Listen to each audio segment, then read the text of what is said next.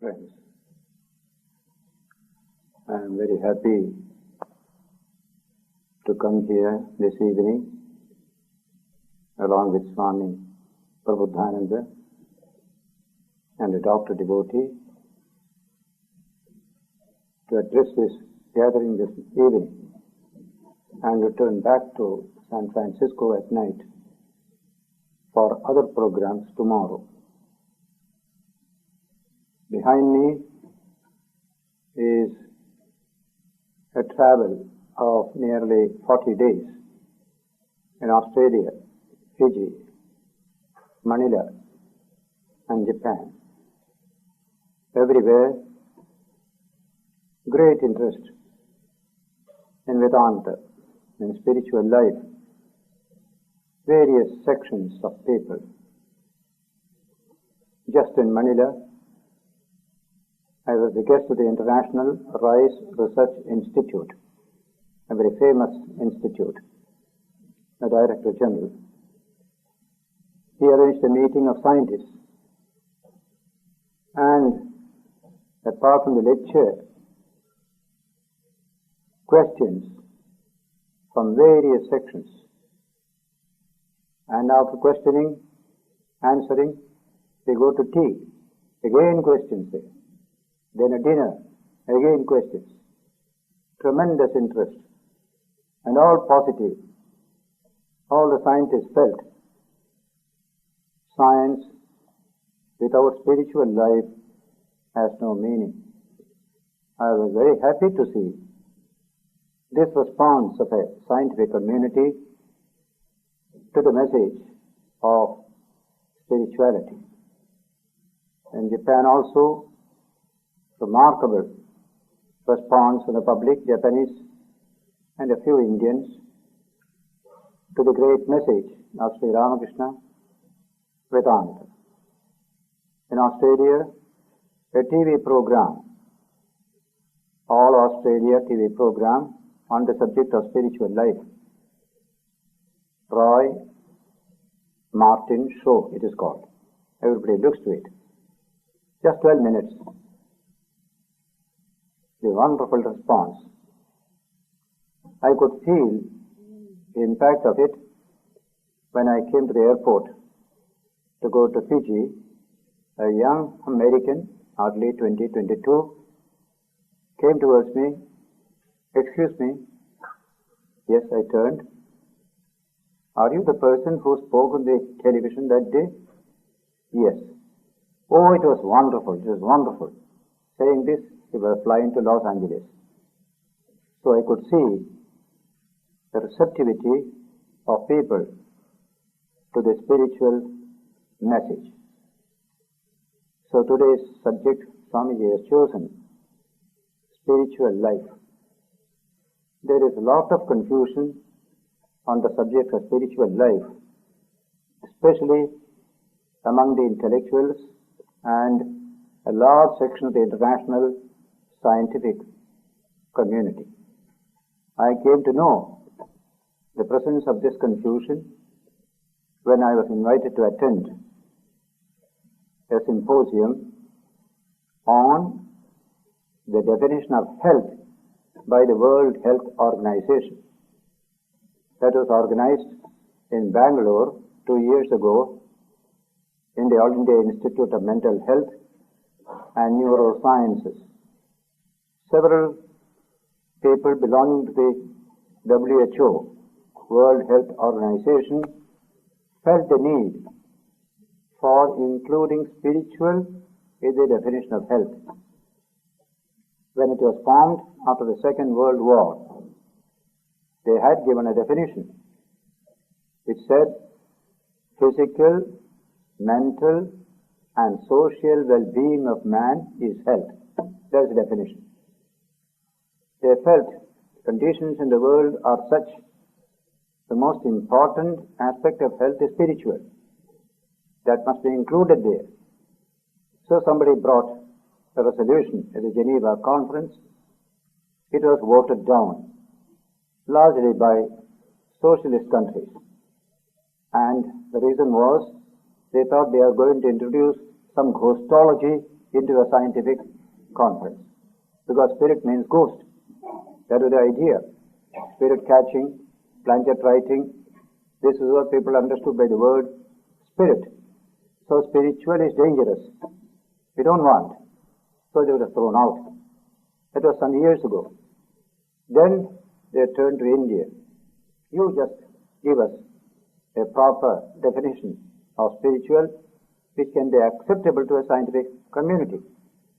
That was the conference held by the government of India and several scientists, and they wanted me also to be present there.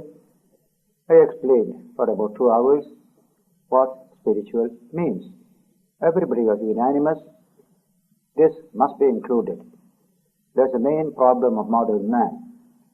After I left, they continued their deliberations, and the Director General of Health, Government of India, sent me a printed copy on this subject, Man's Spiritual Health.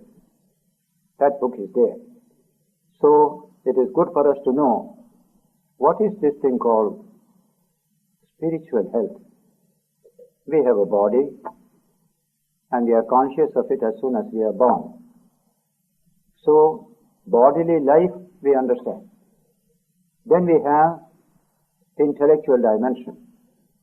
So there is an intellectual life, a psychic mental life, that also we understand. But what is this strange thing called spiritual life? When you begin to ask this question, you get the answer, most rational, most convincing, from one source, the Vedanta. No other philosophy has studied this subject from the widest angle and at the deepest level as Vedanta, the Upanishads, in very ancient times in India. And this great science, spirituality we call a science in India, like any other science, that has been cultivated throughout the ages in India, and you found the greatest representative of this science in the modern period in Sri Ramakrishna, who was a real scientist in this field of man's spiritual life. Through that study, we look around and find there were many other scientists of spiritual life in other parts of the world. Beautiful Christian scientists. Not I am using the word Christian scientist, not in that sense of a sect called Christian scientists. Scientists among the Christians who developed spirituality. Some of the great mystics of Christianity, the Catholic mystics. Similarly, Sufi mystics in Islam, some of the great Jewish mystics, they were scientists in the world of religion, in the world of spirituality. That we are able to appreciate all this when we understand the Vedantic approach to the spiritual life of man, which is thoroughly scientific, experiential, and verifiable. That is how we call it a science. Spiritual life is a verifiable experience. If A has done it, B can do it, C can do it, and reap the benefit of such a life. So we begin our life at a physical level. As a baby, we have a body, we act and react with the world around us. Very soon, a mental life also comes to the baby. Behind both, there is one particular phenomenon called hunger, physical hunger. At the bodily life, you have physical hunger, particularly for food and drink. Then we try to satisfy it. There is food for the hunger, to satisfy the hunger. In every baby you will find at the time of feeding, it weeps, and the mother must feed it.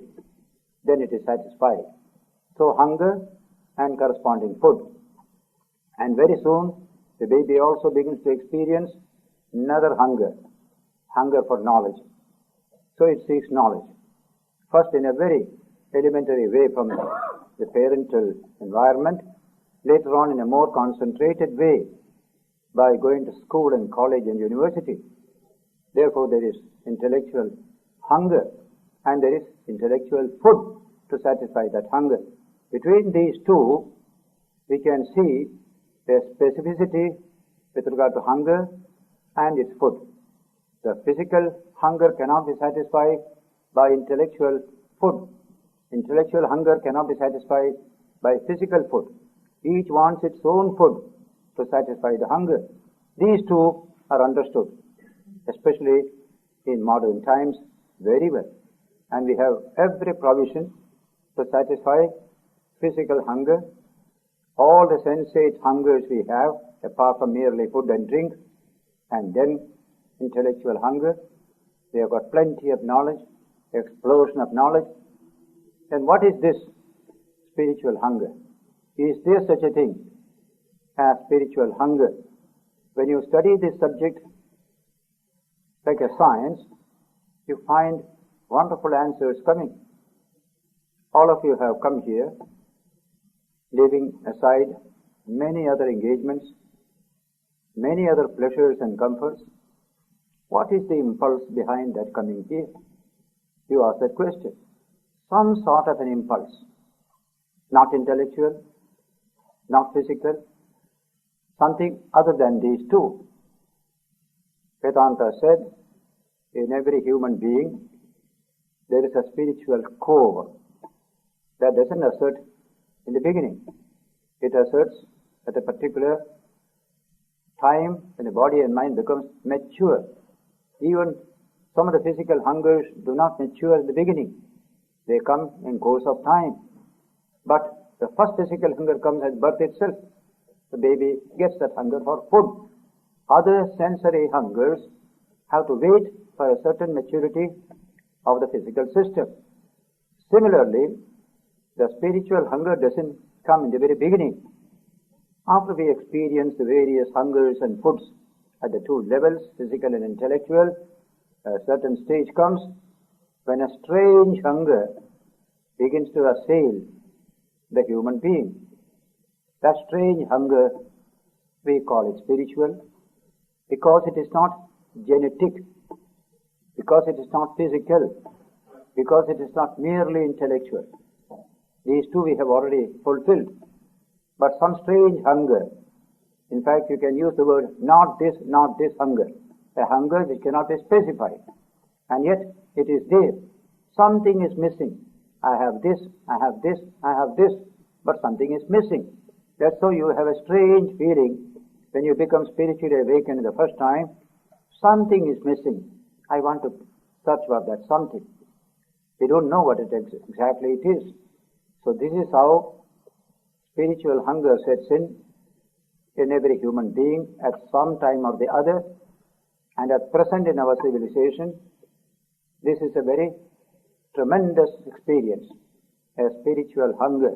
We have everything around us, but a vacuum within, something that has not been fulfilled. That is the spiritual hunger gnawing in the heart of people all over the world. Is there a spiritual food to satisfy spiritual hunger?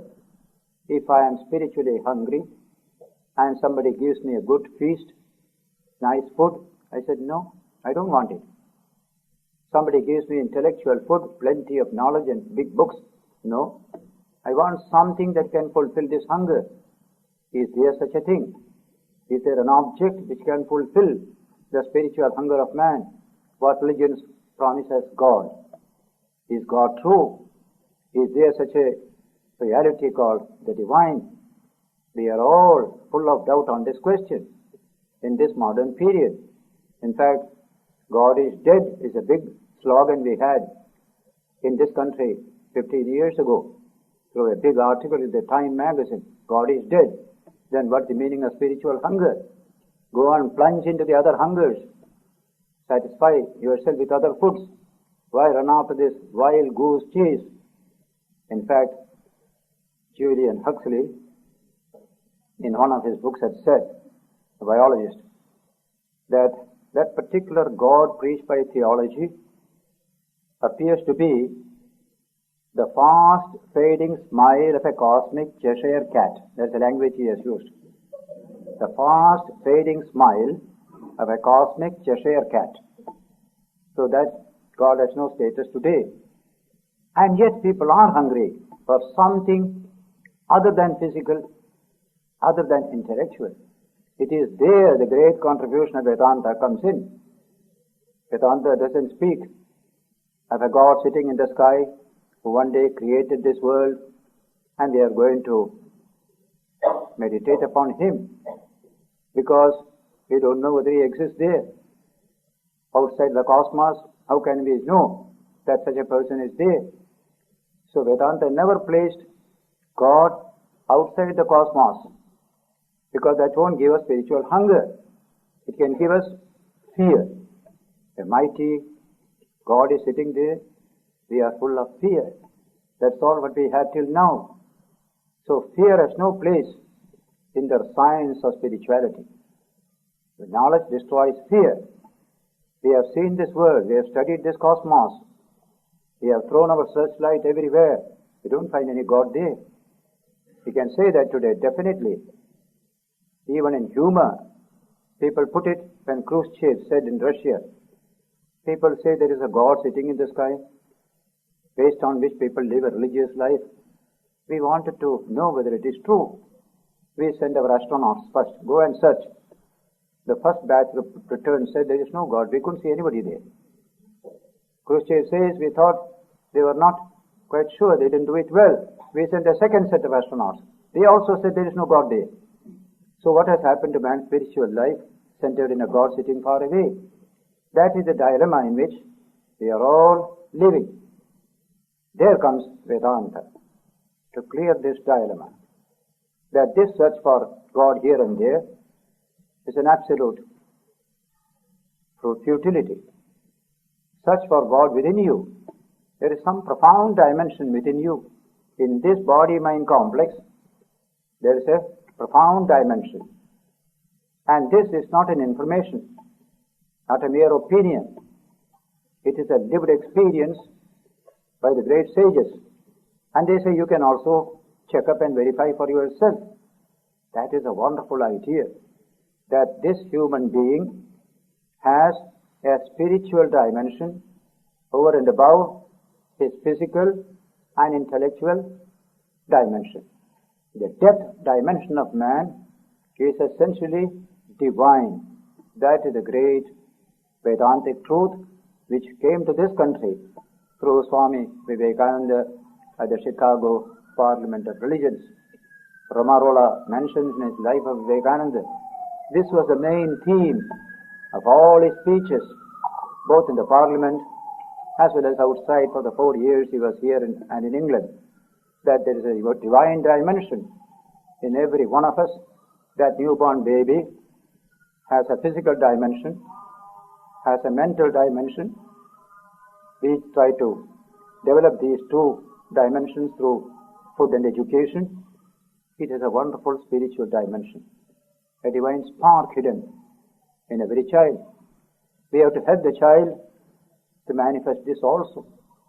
Many hidden powers are being manifested as the child grows, but the greatest hidden power, hidden source of energy, is the spiritual energy hidden in every human child.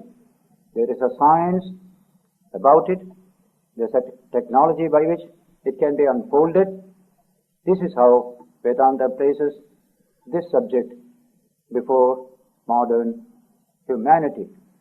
This is the greatest contribution of the Upanishads 4,000 years ago by very distinguished sages. They were great intellectuals. They had a scientific mind. They were in search of truth. They discovered that truth hidden in every human being, and they proclaimed it from the housetops.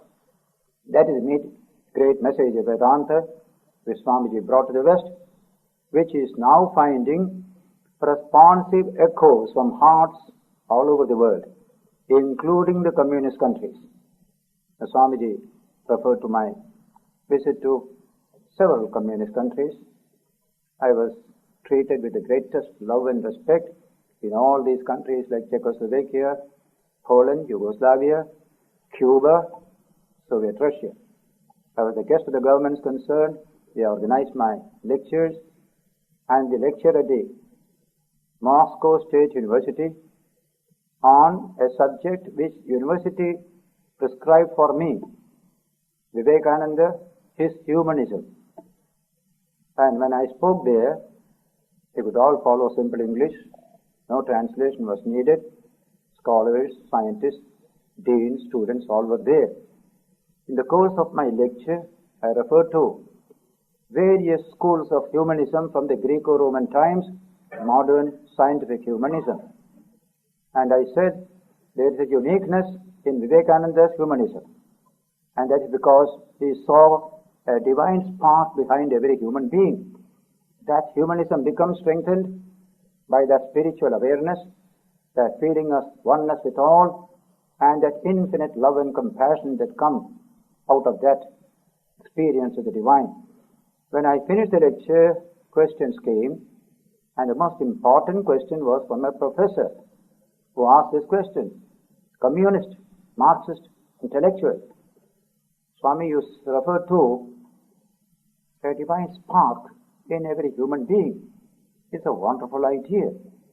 I would like to know more about it. Then I spent 10 minutes, especially to deal with this particular subject. Similarly, in Berlin, in a public lecture, when I had referred to this particular teaching of Vedanta, a German youth came forward to me. Swami, what you said is something wonderful. A divine spark in every human being. I have never heard of it, but it is so fascinating. The language he used, it is so fascinating. If it is true, it is something wonderful. That is the truth. In the Upanishads you will find they present this as the truth about man, the infinite, the immortal, the divine, stirring in the heart of man. And man doesn't know it. He must know it. There's a language. This human being has the organic capacity to investigate not only the physical universe and produce great sciences, but also into the very heart of man and discover this truth hidden within him. This is the double capacity in every human being. Modern civilization has exercised only the first capacity. It has completely neglected that second truth and that second capacity. That's what we have to achieve today, and more scientists are turning in this direction. What a beautiful idea, that it is a science like any other science, because it seeks truth. Truth that is there, you only uncover the truth. Truth is there, you remove the covering and you find the truth is there. What is the nature of that truth? In one of the Upanishads, this is expounded in the form of a dialogue between a father and his son, the teacher and the student. Father happens to be a good spiritual teacher, the son a good seeker. Shvetaketu, the name of the son, Aruni, father. So, a wonderful dialogue, very scientific, even taking illustrations and examples, and the father conveys to this son this profound truth, that behind this body-mind complex is a profound truth, infinite, immortal, which pervades the whole universe, but which can be realized by man in himself, because it is there at the back of his own ego, the back of his own consciousness. And the teacher finally tells this student and tells all of us, you are that, you are that. Tat-tvamasi, tat-tvamasi. It's a famous utterance, an equation in the Upanishads. Tat, tvam, asi. Tat is a very technical term. That immortal divine truth, that's meaning of Tat, which is not near us just now, which is not in our consciousness just now. Therefore, a demonstrative pronoun that is mentioned there. When you realize it, you will call it this. At present, it is far away. We say God is far away. In what sense? Not in a spatial sense. Hidden. It is not visible. Just like gold is lying below the earth, it is there, hidden, that's all. Will it ever remain hidden? No, we have got our technology to dig and bring the gold out. Similarly, here is a profound truth hidden in every being, not only human. In every being, this truth is hidden. But only the human being has the organic capacity to investigate and discover the truth. And so, the Father puts it in the shortest formula, just like any physical scientific formula. Tattvamasi, Tattvamasi. You are that. You are that. Aidadatmyam idam sarvam. Tat satyam. Sa atma. Tattvamasi Shvetaketu. Hey Shvetaketu, that is the soul of everything in this universe. That is the truth. And you are that. You are that. You are not this tiny organic system. You are not even this intellectual apparatus within you. These are beautiful. But behind all of them, there is the true self of yours, which is infinite and immortal. Try to realize this truth. It's not a matter to believe, but a matter to experience. Realize this truth. Believing doesn't do any good to you. You must realize this truth for yourself. And so, from the time of the Upanishads, people took up this challenge and they found it is true. The more you experiment with it, the more it is true. This is a wonderful idea. Esha sarveshu bhuteshu godho atma na prakashate drishyate tvagriya buddhya sukshmaya sukshmadarshibihi. This comes in the third Upanishad, Katha Upanishad, third chapter. A very famous verse.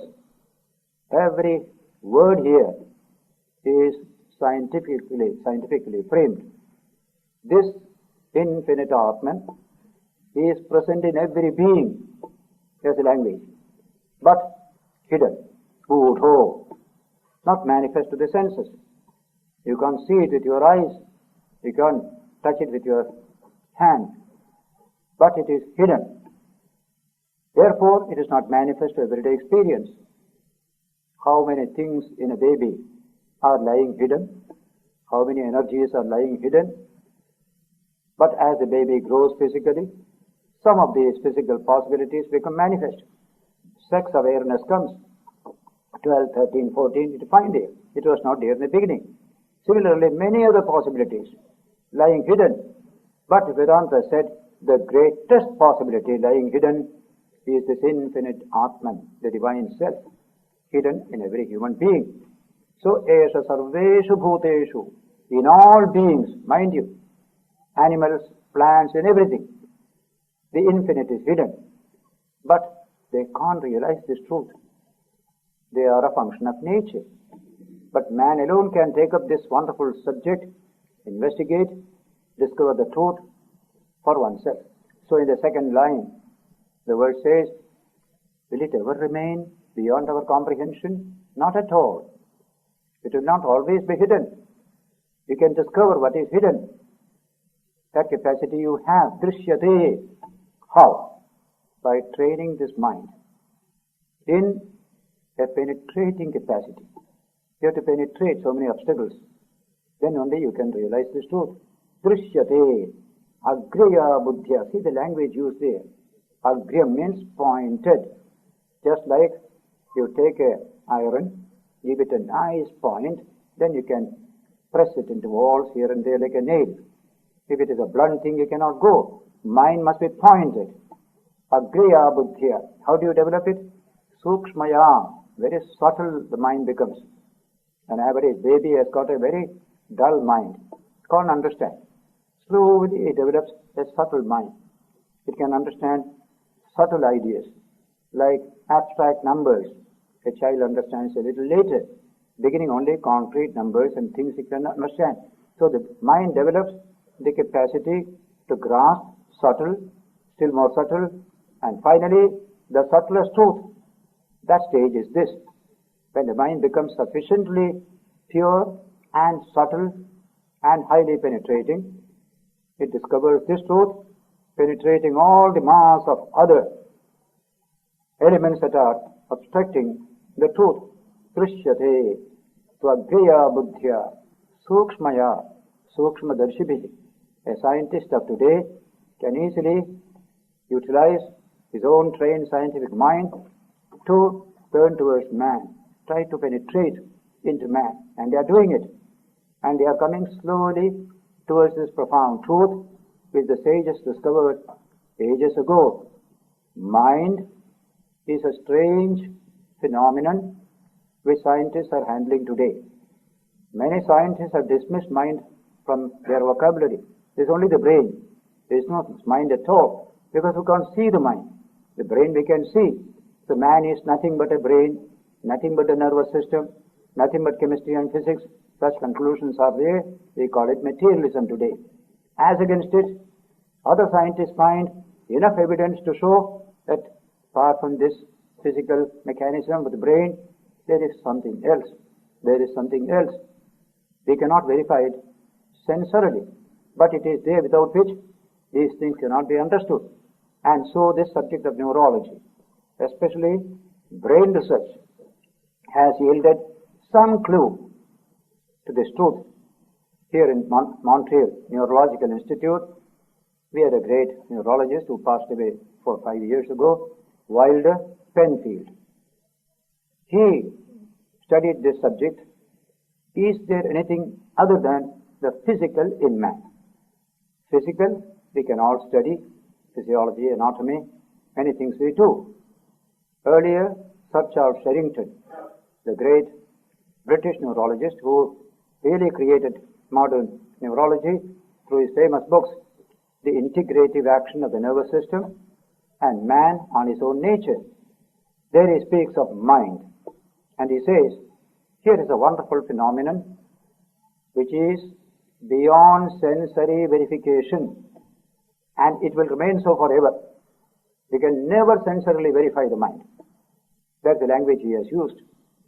Then comes Wilder Penfield with greater experimental techniques to deal with the subject, and the most important technique used was to keep a person fully conscious when brain surgery goes on. That is something wonderful, because the brain has no pain, so you can keep the man conscious. And the result of that he gives. I found I am talking to the person, he is responding to me, I am doing operation on his own brain, something wonderful. That I am quoting a famous nuclear scientist who put this fact or datum in a beautiful language.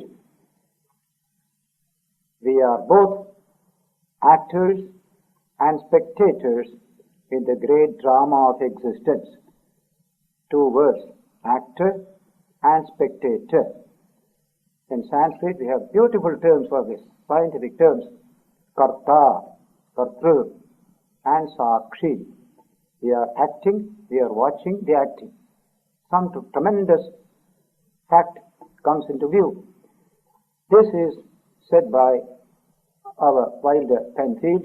When I studied the reactions of the patient, I discovered that it is not only a telephone machine that is there, but a telephone operator behind the machine, the mind behind the brain. So his book is called The Nature of the Mind. So he found something beyond the physical, beyond the genetic constitution that we have. This is just the beginning of investigation into this profound truth which the sages discovered by inward penetration. They didn't use an operation table for this, but even through the physical study, by studying the physical system, the muscle, the bone, very, very solid substances, then you go inside, you find the nerve extremely subtle and yet full of energy. Then you go to the psyche, full of energy, not at all visible, not at all tangible, and yet it functions. This kind of study we are doing today, and I am sure it will converge to where the sages achieved through inward penetration by deep meditation, taking the mind away from the body, from the senses, from the psychic waves and discovering the infinite behind the finite. So that is the truth conveyed in this great verse, Esha sarveshu bhuteshu gudho. This Atman is hidden in every being. Because it is hidden is a challenge to you.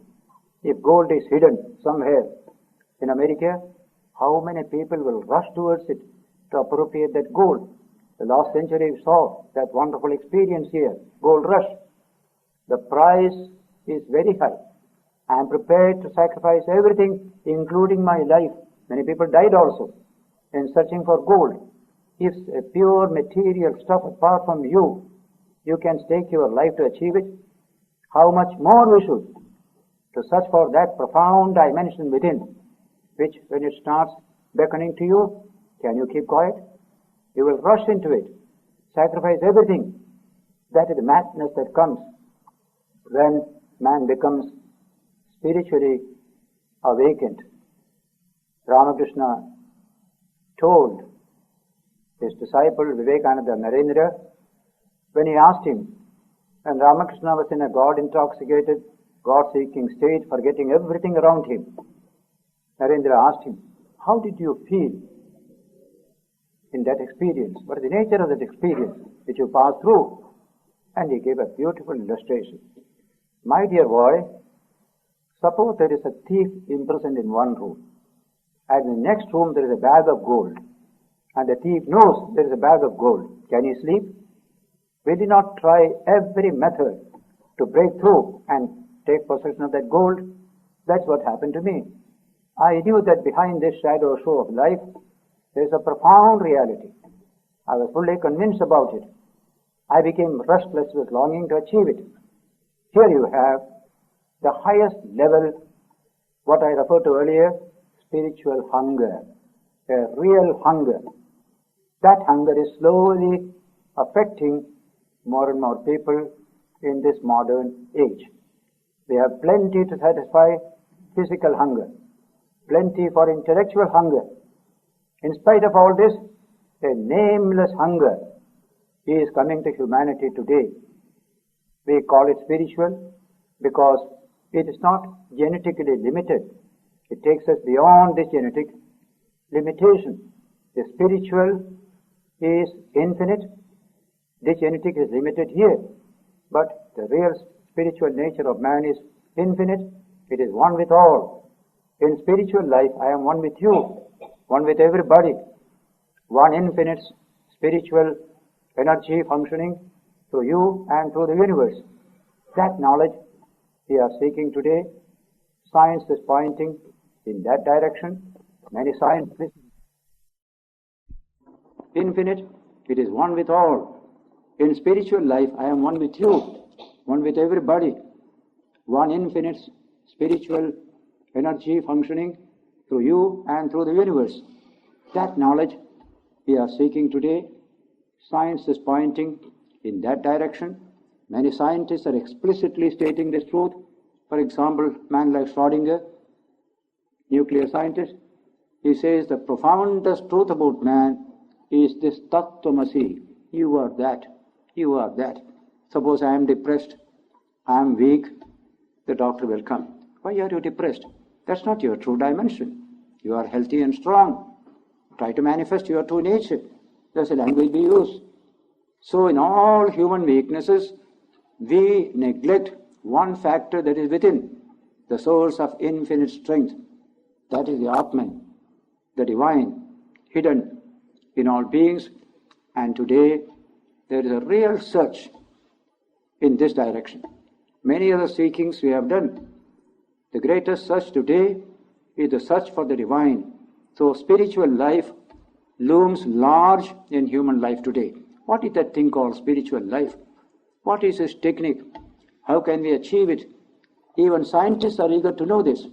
After all, they may be great scientists in dealing with the world outside, but in this field, they are babies. They are children. This profound mystery makes us feel we are like children before the world. This has been given expression too by a great English poet, Tennyson. I like his lines wonderfully. before the mystery of the unknown in man and nature, what is man's reaction? And he answers, "But what am I? An infant crying in the night, an infant crying for the light, and with no language but a cry." A baby has nothing but a cry. We are babies in the spiritual world. We want to grow, we want to unfold, we want to mature. That's called the spiritual life. That is on in the modern age. That's the most beautiful aspect of modern technological civilization. A dissatisfaction with what is achieved around, a seeking for something higher, deeper.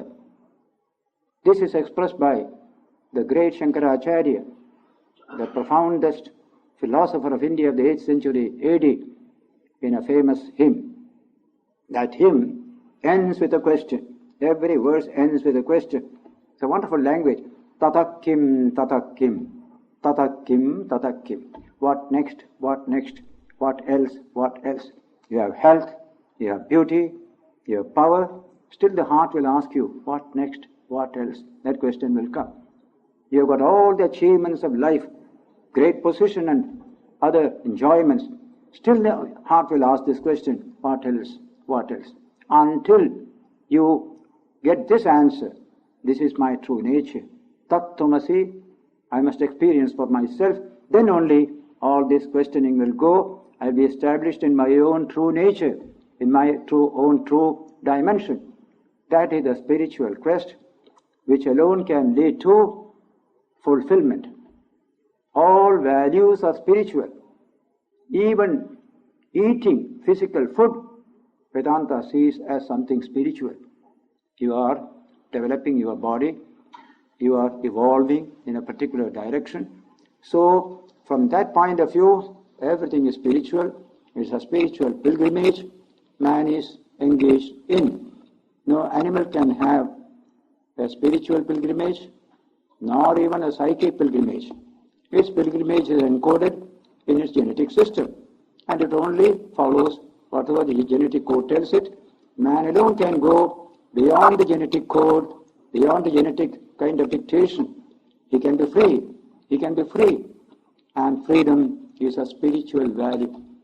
You should always remember, freedom, even political freedom, is a spiritual value functioning at a particular level. Physical freedom is also a spiritual value functioning at a physical level. Somebody compresses my body, keeps it under bondage. I want to break through from it. What is that experience? It is a spiritual experience. All freedom is spiritual experience. But it doesn't end up merely with physical freedom, even intellectual freedom, or political freedom, or freedom from hunger. These are all freedoms, but the supreme freedom is the freedom of the spirit. I have realized my infinite nature. I am free, I am free, I am free. You can proclaim you are free. One of the poems of Vivekananda is this great song of freedom. What a beautiful idea. I am free. In Hindi, in Urdu they call it Azad. Repeat day and night, I am free, Vivekananda said. That freedom is a spiritual value. How many people are physically free, economically free, politically free, but spiritually unfree? Today we find plenty of people. In fact, there was an article in the American journal, most probably Reader's Digest, about 20 years ago. He says, we think we are all free. Actually, we are not. In a highly technical civilization, you are not free. Everything is made for you. An advertisement says, this toothpaste is best, and you are immediately carried away by that advertisement. You go and purchase it. Are you free? Not at all. Somebody is manipulating you all the time. In a highly technical civilization, freedom is in jeopardy. Everything is manipulated for you. The Swami was telling me today that certain foodstuffs like bread, you must take only what is regulated by the government, the enriched food. You can't take anything else. You can't sell also.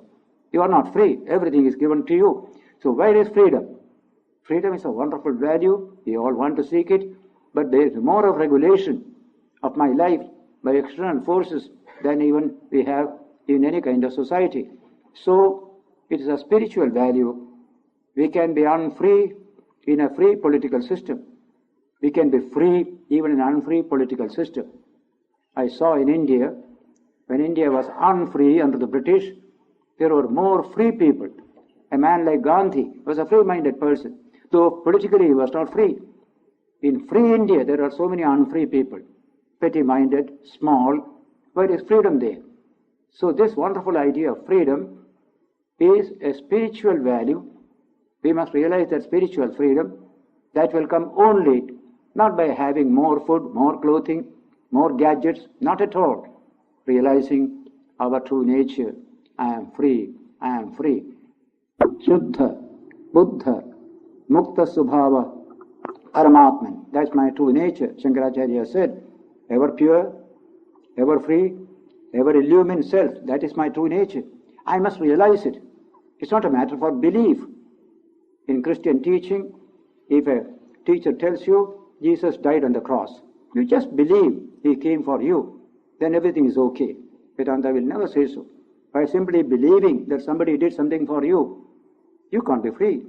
In very many verses, Shankara explains it. If you are hungry, father and mother cannot eat on your behalf, you have to eat yourself. If you are carrying a heavy burden, somebody can help you. But in hunger, you must eat for yourself.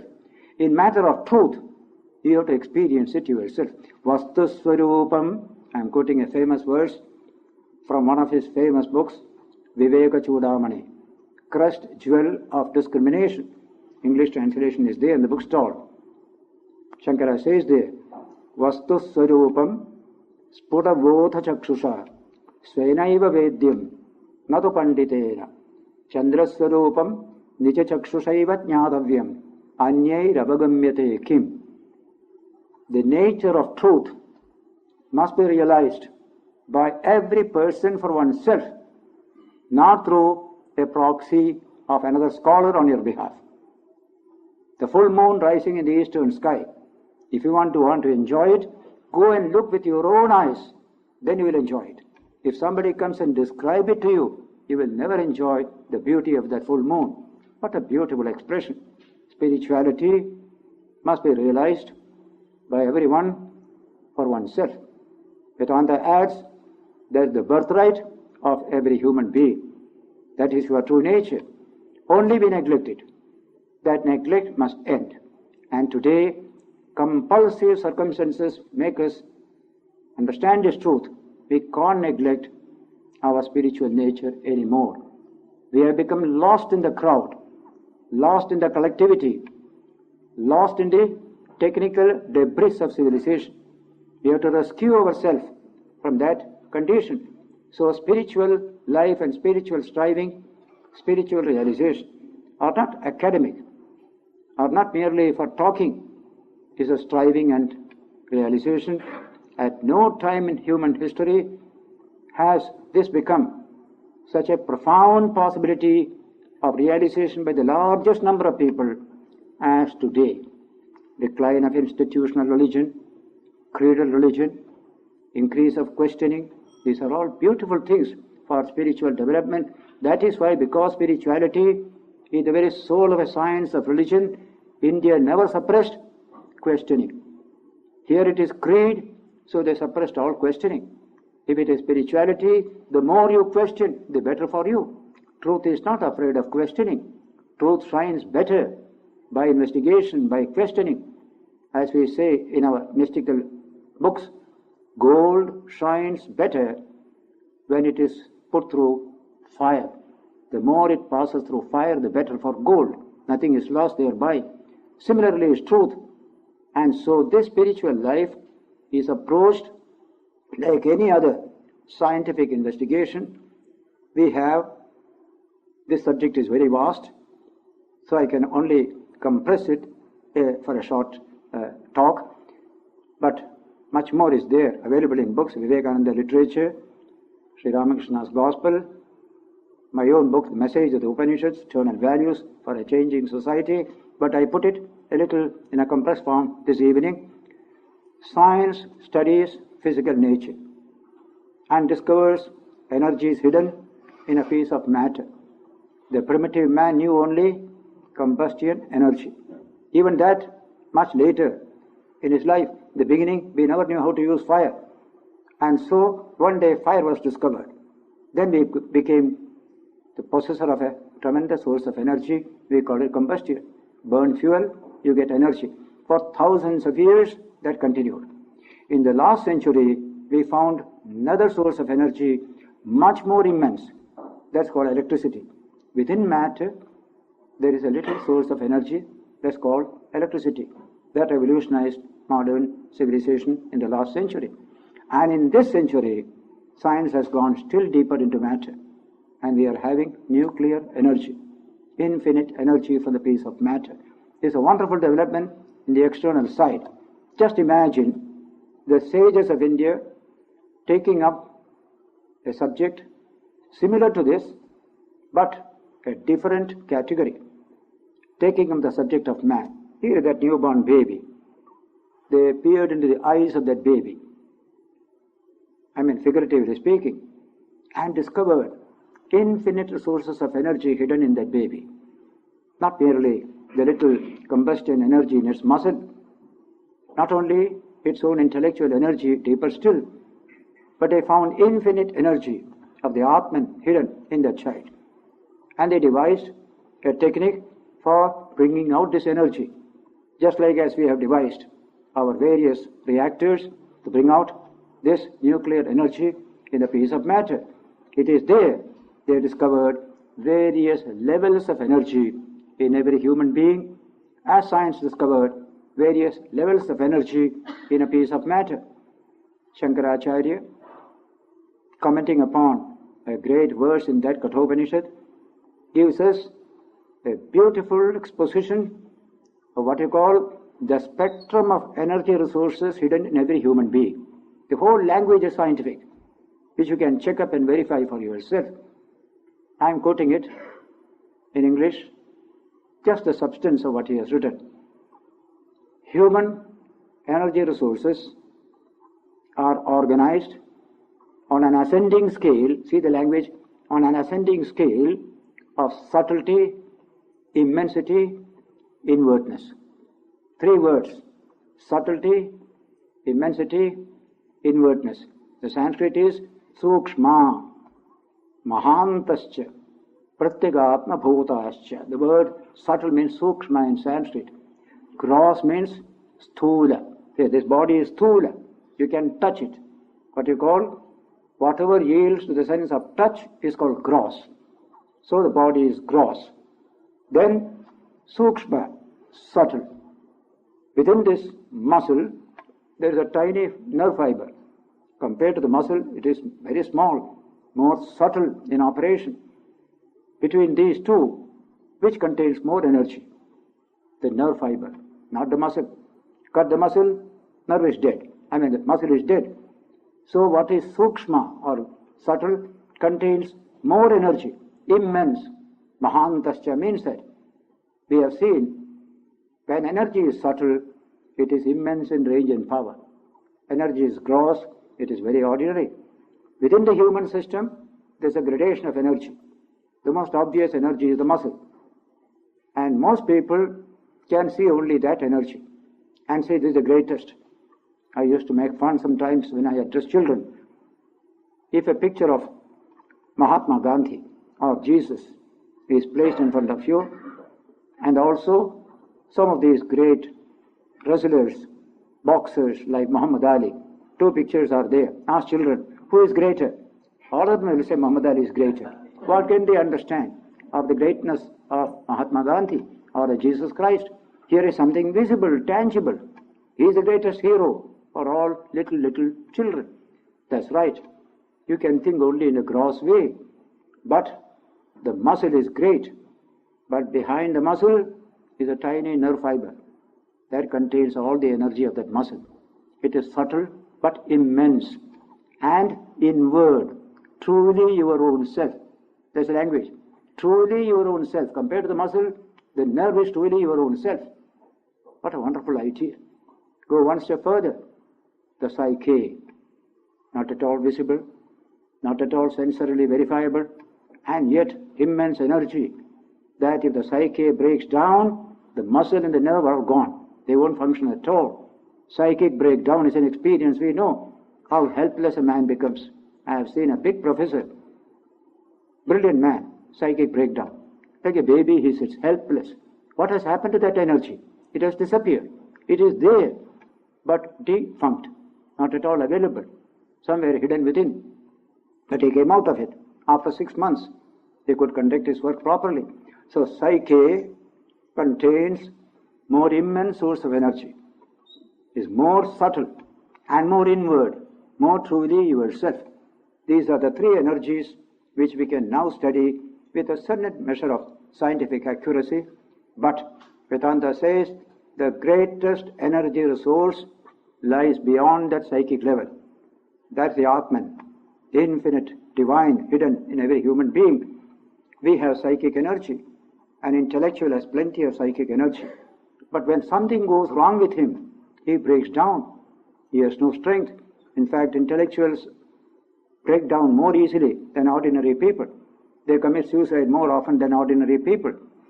What is the strength that can stop him do this? What is the strength that can bring peace into his mind when it is disturbed? When there is a big temptation in front, $1 million temptation, what is the strength that will resist that temptation? No intellect can resist it. No muscle can resist it. No nervous system can resist it. There must be a deeper energy to be stirred, to be able to stand this kind of pressure coming from outside. The source of freedom hidden within you. It's not there in the muscle. It's not there in the nerve. It's not there in the psychic system. It's a deeper level. We call it the Atman, the spiritual dimension of every human personality. Stir it. Energy comes. When you are tired, when you are weak, tell, I am the Atman. I am infinitely free and pure. Immediately you find some energy coursing through you. In all psychic breakdown, we give counter-suggestion to the patient. That is your true nature, not this. Try to realize it. What Vivekananda called dehypnotization. In America, when he spoke on Vedanta, that was the time people were talking about hypnotism. So somebody questioned him, Swami, are you not preaching some sort of hypnotism to people? And straight came the answer, Vedantic answer.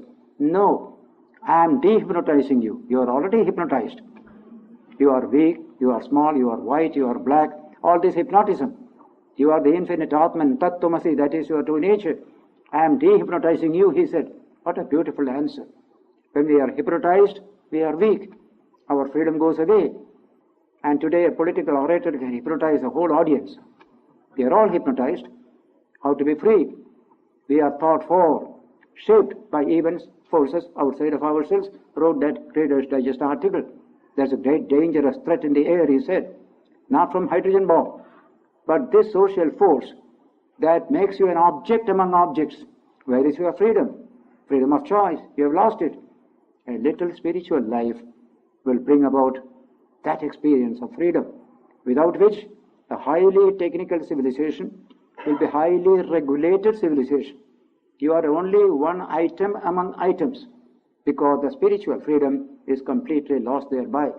It's no wonder that a man like Carl Jung of Zurich wrote that famous book with that very catching title, a true title, Modern Man in Search of a Soul. We have a wonderful body, but the soul has gone away. It has fallen into the debris of this civilization. We have to rescue it. That's the condition today.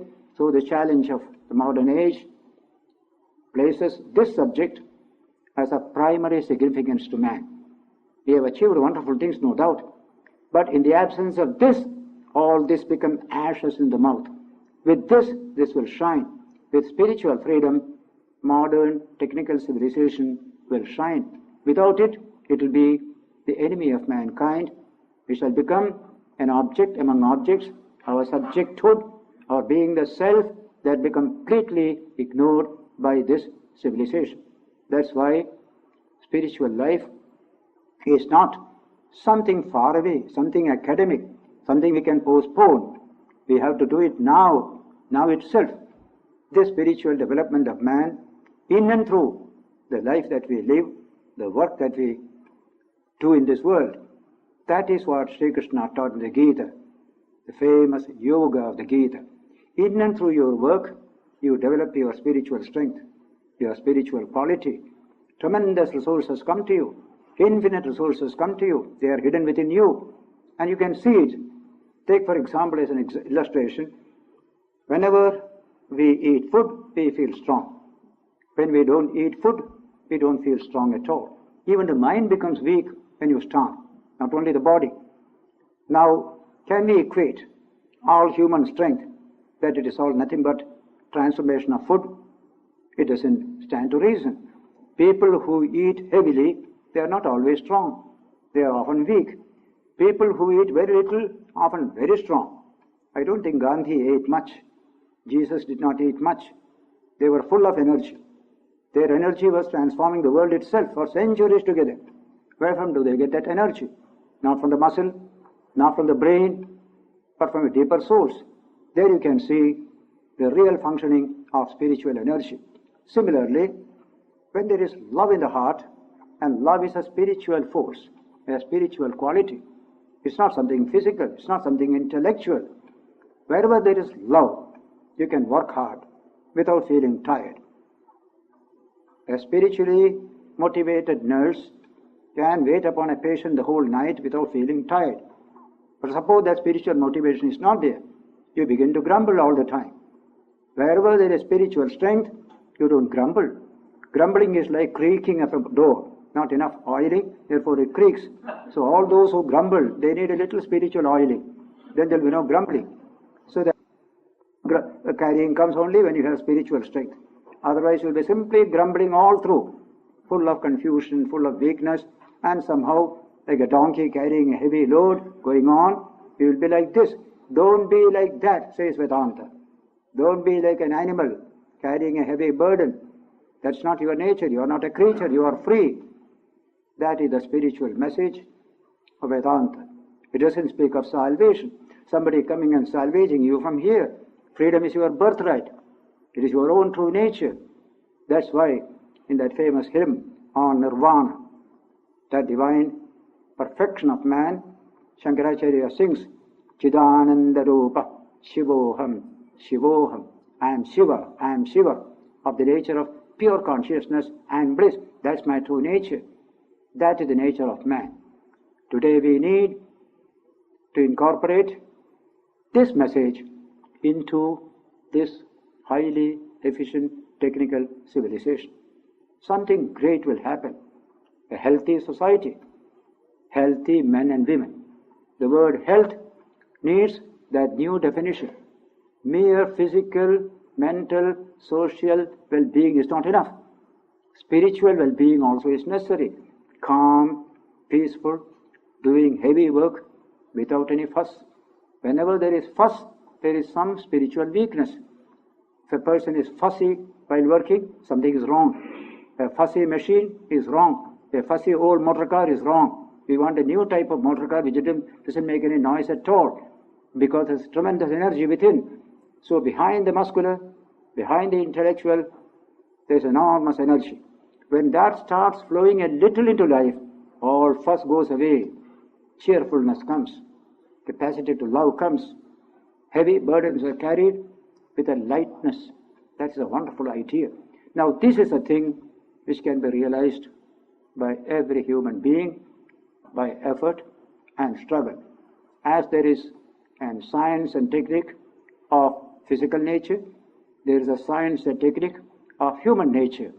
To unravel the mysteries hidden there, to unfold the possibilities hidden there. That is how Vedanta deals with this profound subject of man's spiritual life. Tattvamasi, Tattvamasi is the profound truth. You can tell it to any child. In fact, in that TV show in Sydney, this subject came up. Some American children, within TV they showed American children asking, what is God? What is God? Like that, they answer various things. Then Martin turned to me, Swami, what have you to say to that subject? Children asking about God. So, God is somebody sitting in the sky and he will give you some sweets when you are hungry. That's not the nature of God. God is hidden in every human being. I said, just like fire is hidden in a matchstick. Ah, that's a wonderful idea. That man immediately remarked, fire is hidden in a matchstick. Tell every child, there is fire in the matchstick. He will touch it. It is cold. There's no fire, he will say. And you will say, there is fire. It's a science, it's a truth. There is fire. But it is hidden. There's a technique by which you can manifest that fire. They immediately strike the matchstick, fire comes. Ah, children will jump up. Beautiful. There was fire. I didn't know it. I didn't feel the touch of fire there. But it is there, hidden. Wonderful. He said, this is a wonderful idea. Then I said, one condition must be satisfied. The matchstick must be dry. If it is wet, a whole box of it will be lost.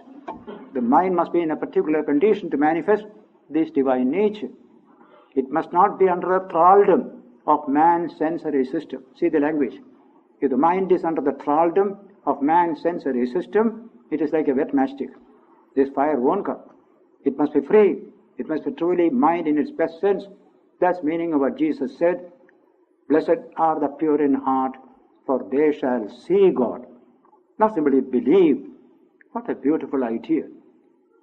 Let me conclude by quoting a verse from that same Viveka Chudamani of Shankaracharya. There are three types of men and women, says Shankaracharya. Deho hamityeva jadasya buddhi, dehetu jivas vidushastuham dhihi, viveka vijnana mahatmano, brahmahamityeva matis sadatmani. To the dull-witted, gross-minded person, the awareness is, I am this gross body. He doesn't know anything else. I am this gross body. When that awareness is there, we go on piling nice things on the body, dress, sense, so many things. We want to give good food to the body. We go on pandering to the body. Today's civilization is more or less the same. Everywhere eating houses, everywhere this, everywhere that. There is nothing food for the soul, only for the body everywhere. That is Jadasya Buddhi. Gross-minded person will think, I am this body which is so palpable, I can't understand anything higher. But a little subtle-minded person will say, I am a soul hidden within this body. Under the pressure of this body, that knowledge comes to him. But the truly awakened person will say, I am that infinite Brahman, the infinite Atman, ever free, ever pure, without any conditioning from the body or the mind. That's my true nature. This is how we develop our spiritual awareness, step by step. Start from wherever you are, but seek deeper, deeper, more subtle energy resources. And when the spiritual energy comes to you, you can take all the changes and chances of life with a smile. There will be no, what you call in psychology today, trauma, when you pass through some bad experience. Whenever some bad experience comes to us, it creates a trauma in our system. And children are full of traumas today. We called it complexes in psychology, Freudian language. Today we call it trauma. Children are full of trauma, grown-ups are full of trauma, means psychic distortion. We couldn't handle our experience. So when you don't handle the experience, what happens to you? Experience handles you. You become an object of experience. If I don't digest my food, the food starts digesting my system. That's called disease. So trauma is because of spiritual weakness. We are all spiritually weak in today's civilization. Therefore, plenty of traumas. Parents won't scold a child. If you scold, there will be a trauma. And many people are feeling this is wrong. What is the way out? Strengthen the child spiritually. I don't know the meaning of trauma. I have received so many caning in my hand. I simply rubbed it and passed away. There is no trauma. Isn't it? Because we were told that they are not this body only. There is something else. 12 cuts I got one day as a boy. I simply smiled and sat down afterwards. Nothing more happened. Today a little mild scolding is enough. I become like this and commit suicide also. What is this? Trauma. Because we live under a very shallow psychology. What is called Freudian psychology, it was known as depth psychology. Actually, it is not deep, it's very shallow. From the old psychology point of view, it was deep. What you call Watson's behavioristic psychology, but compared to that, this is little deep. But when he opened the lid to the mind, he found only muck in the human mind. That is Freudianism today. And I may quote an American writer who said, "We want a new slogan today. We had an old slogan in education, spare the rod and spoil the child." In education, we always use this, what you call the rod, the K, in those days. Then came a revolution. Love alone can be the medium of education, not the rod. So we dispense with the rod in education. That's good. We dispense with one statement, one slogan. But we want a new slogan today, he said. And what is that? Just see the old language, spare the rod and spoil the child. We discarded it. Today we want, spare the Freud and save the child. We want a new psychology, the divine spark in every human being. Jung was a protest against Freud. He saw something divine in every human being. He said, if there is the id that is coming to dominate my mind, there is something resisting it. The resisting principle I call spirit. That's what Jung said there. Vedanta puts it the clearest language, going deep into the system.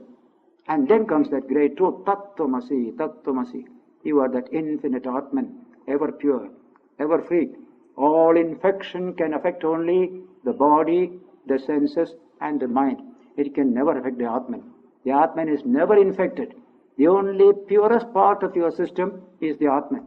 The only unaffected part of your system is the Atman. Even the worst sinner, the Atman is ever free. That's the great language of Vedanta. Because there is that particular reality, he can easily make it manifest and overcome these infections in the body, mind, and the nervous system. That's a wonderful idea. Take that light from there and let that light blazon up the rest of the system. I was often, when you go to the bathroom, you have got the gas for heating the water. A little flame is always there. As soon as you open the tap, it becomes a flaming. So this Atman is always like a little flame. You can always make it a flame and deal with human problems in a big way. That's a teaching you have to give to every child today, because a teaching you give to a child must be such that when it grows up, it must find its truth more and more. It should not find it as a false teaching, just a grandmother's tale. It should not feel like that. Then there will be reaction. This is the only truth that will be found to be truer and truer as the child grows in understanding, intelligence, and capacity. This is the saving teaching to be given to every child. Swami Vivekananda referred to it here and said an ancient queen mother in India did this with respect to her children. As soon as a child is born, she will rock the child in the cradle, singing this wonderful song, Shuddhosi, Buddhosi, Niranjanosi, Samsara Maya Mala Vajjitosi. That mother did not say, this child, you are that Satan's product, you are born in sin. Never. You are the pure one, you are the holy one, you are free from all the taints of this worldliness. That is your true nature. That is how the mother gave suggestions of the truth of the child's nature when it is the most sensitive period, absorbent period as a child.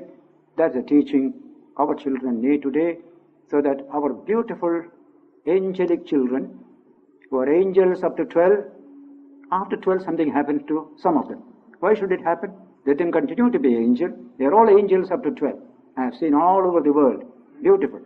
That is the work of this profound message of Vedanta. The spirituality advocated in Vedanta, experienceable, verifiable, in life, in action, in interhuman relations. That's the beauty of this great subject, spiritual life. Thank you all.